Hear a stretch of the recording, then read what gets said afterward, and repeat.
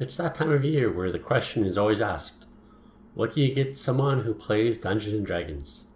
First off, you have to figure out if they play in person or online, which hopefully you should know by now. Honestly, if they play online, it's going to be a lot harder to buy them things related to the game. While they may appreciate a set of dice, and all of the players in my online game have a set of dice, they never get used.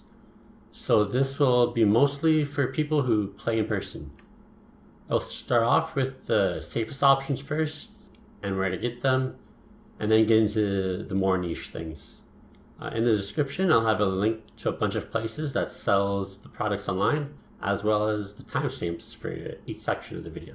So the main 5 things you can get someone who plays Dungeons & Dragons are dice, accessories, books, battle mats, and minis. A set of dice can range anywhere from a couple of dollars to hundreds of dollars, depending on who makes them and what material they're made out of.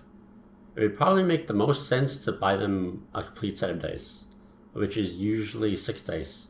One each of a D4, D6, D8, D10, D12, and a D20.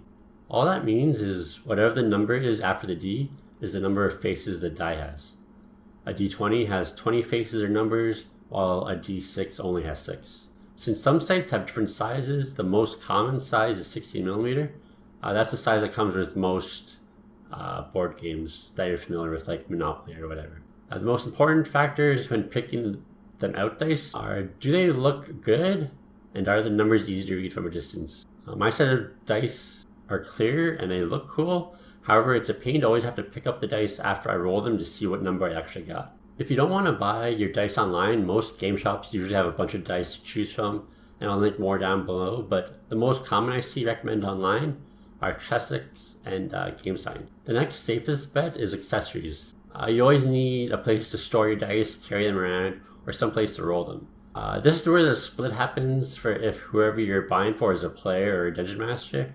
I'll stick to buying for a player since that's more common, but if you know the recipient is a dungeon master, that opens up more storage options you could buy since they have more stuff to store. Let's say the 4 biggest accessories you would be safe in purchasing are dice bags or dice box, which is just a place to store and carry your dice while you aren't playing. Dice trays, which is a shallow box without a top to roll the dice into while playing so they don't go all over the table. And lastly, a dice tower. Instead of rolling the dice across the table like everyone else, you drop a dice into the top of the tower and it falls down. It hits ledges along the way and it rolls the dice for you. A small aside that I'll add in here, you can always buy them a nice notebook. Every player should have one, even if it's just a 3-ring binder. Some place for them to take notes during a session is mandatory at my tables. It could be a small leather-bound notebook that may look more like a journal. Those work too. So most of the storage options are usually made out of wood, except for the bags obviously. Really though, the material doesn't matter. The 2 most heard about are Elderwood Academy and Wormwood, just because they run ads on the biggest D&D content. However, I gave more options below. The next option is books. You can get these at your local hobby shop, or also Amazon has every book available. This is where it gets a little more complicated, so I'll lay it out for the players first, and then give a real quick rundown for GMs. Again, I'll mention the best option first. However, with books, you really don't need 2 copies of the same book, so it would be best to double check if they have them first or not. This is for 5th edition or 5e, so make sure this is the version they're actually playing before you buy them the books. The most important book for everyone is a book called The Player's Handbook. Then the 2 optional books for a player is firstly Xanathar's Guide to Everything, and then maybe Sword Coast Adventurers Guild, though that one may be more hit or miss than Xanathar. That's really all players need. For GMs, also known as the guy who runs the game, their list of books is much longer. I would honestly say the Monster Manual would be the most important book, but a close second would be the Dungeon Master's Guide. Then the next 2 tied books to get would be Volo's Guide to Monsters and Mordenkaisen's Tomb of Foes. Those 4 books are the basic books that anyone running the game could use. However, there are pre-made adventure books, which not every GM will need, although they can always steal ideas from these next books, so they won't be left untouched if they never play through the book. There are too many adventures to really name and explain, so I'll list the 10 different names down below. If you're buying for your player, I would stick with the things I've mentioned before. However, miniatures could be an option for a player as well. though they really only need 1 mini unless their character dies. GMs will need much more. Essentially all a mini is a plastic figure of a hero or villain. The most common size is 25mm scale. There are 2 routes to go.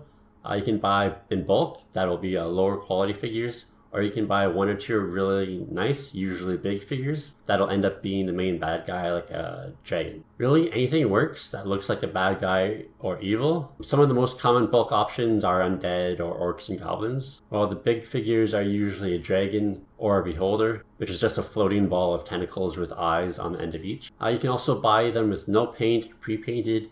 The pre-painted ones are usually more expensive, which is why most of my minis remain unpainted. I guess even if I was a player, if I got a pre-painted large mini, I could put it in my gaming room as a display piece, so it wouldn't be unappreciated either. The 2 most common online sellers are probably Dwarven Forge or Reaper Mini, and more will be linked down below. However, I'm going to suggest an alternative as well. Wizards of the Coast are the ones who own Dungeons & Dragons, and then they also sell multiple different board games version of it as well. They're called a board game / adventure system, and they come with an actual game that only takes around an hour per scenario.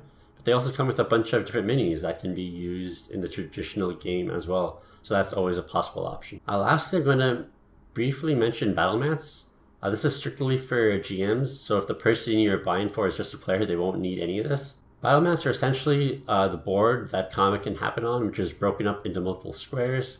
It's going to look like a monocolor chessboard, just a lot larger. It should be dry erase safe and usually thin enough that you can roll up. If you go to a hobby shop and ask for a Battlemat for D&D, they should know what you're talking about, and I'll also put links down below. If you want to get something a little more special, you can buy actual models of terrain that can be pieced together to build dungeons or forests or whatever, though it's much more expensive and usually harder to get. I'll also put some options below. That is pretty much it. That should cover most of the bases on what you can get a D&D player that's related directly to the game. You could always get them art pieces of D&D stuff or D&D related clothing, though that stuff is a little easier to sort out on your own. So as always, remember, through defeat you shall find victory. What's that supposed to mean? It means the warranty is run out on Dungeon Master's brain.